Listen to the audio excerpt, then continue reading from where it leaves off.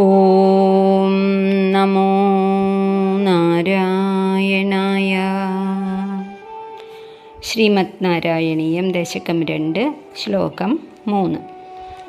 ഒന്നാമത്തെയും രണ്ടാമത്തെയും ശ്ലോകങ്ങളിലൂടെ ഭഗവാന്റെ കേശാദിപാദ വർണ്ണന നമ്മൾ വിശദമായിട്ട് കേട്ടു.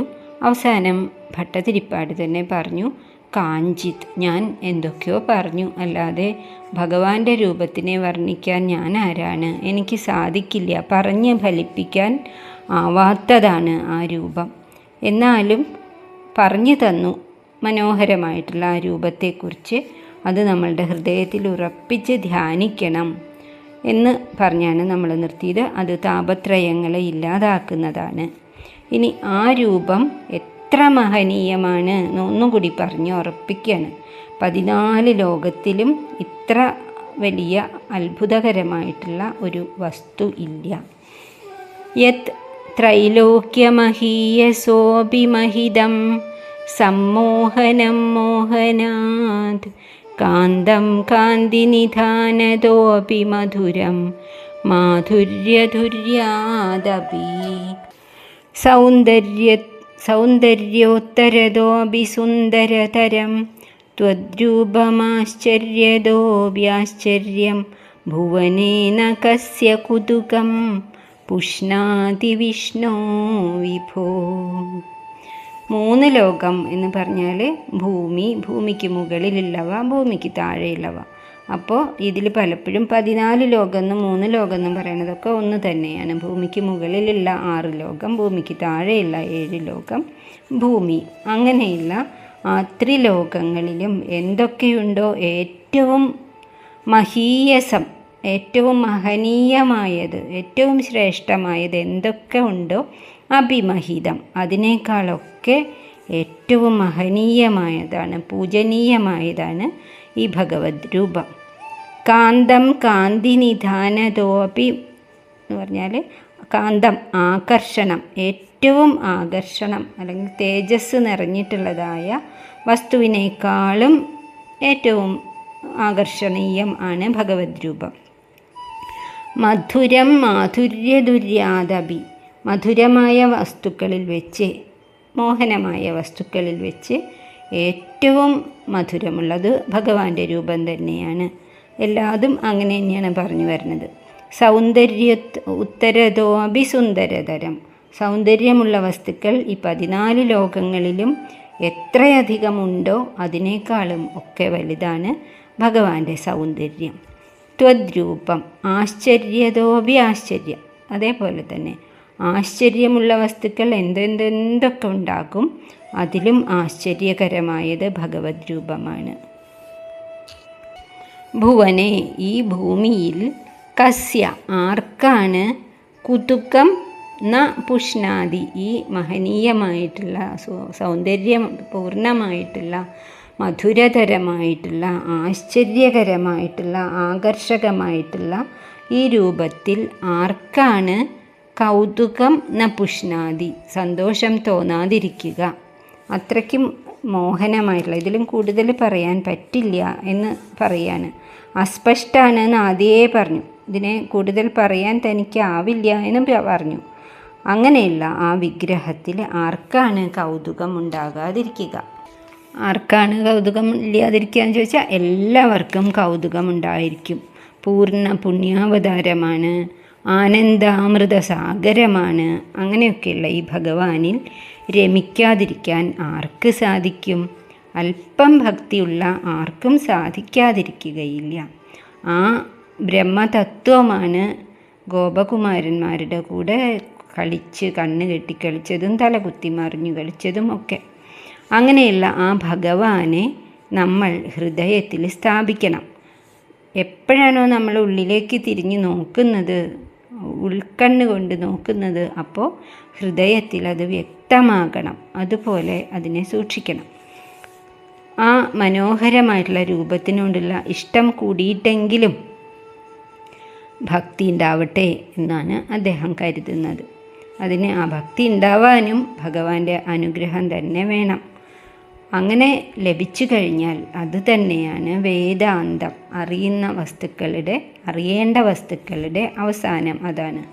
അത് കിട്ടിക്കഴിഞ്ഞാൽ മനസ്സിലാവും, ഇനി എനിക്കൊന്നും കാണണ്ട, ഇനി എനിക്ക് യാതൊരു അറിവും വേണ്ട, ഒരു കാഴ്ചയും എൻ്റെ മനസ്സിനെ പിടിച്ച് വലിക്കില്ല എന്നുള്ള ഉറപ്പ് വരും. ആ രൂപത്തിൽ മനസ്സ് ഉറച്ചു കഴിഞ്ഞാൽ.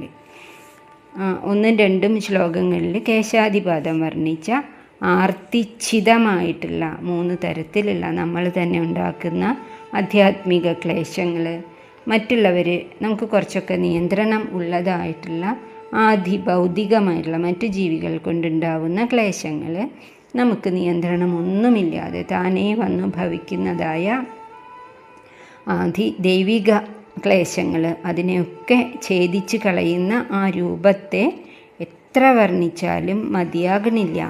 അതാണ്, ഇതിലും കൂടുതൽ ഇനി ഒന്നും പറയാൻ പറ്റില്ല. അങ്ങനെയാണ് പറയുന്നത്. 14 ലോകത്തിലും എന്തൊക്കെയുണ്ടോ ആശ്ചര്യകരമായിട്ട്, ആശ്ചര്യതോ അഭി ആശ്ചര്യം, ഇതിലും അത്ഭുതമായിട്ട് ഒന്നുമില്ല. നമ്മൾ 7 അത്ഭുത വസ്തുക്കൾ എന്ന് പറഞ്ഞ് താജ്മഹലൊക്കെ കാണും. അതൊന്നുമല്ല, നയാഗ്രയല്ല, കൈലാസമല്ല. ഇവിടെയുള്ള 84 ലക്ഷം തരം ജീവികളും ഉത്ഭവിച്ചിട്ടുള്ള ആ ഭഗവത് രൂപം തന്നെയാണ്.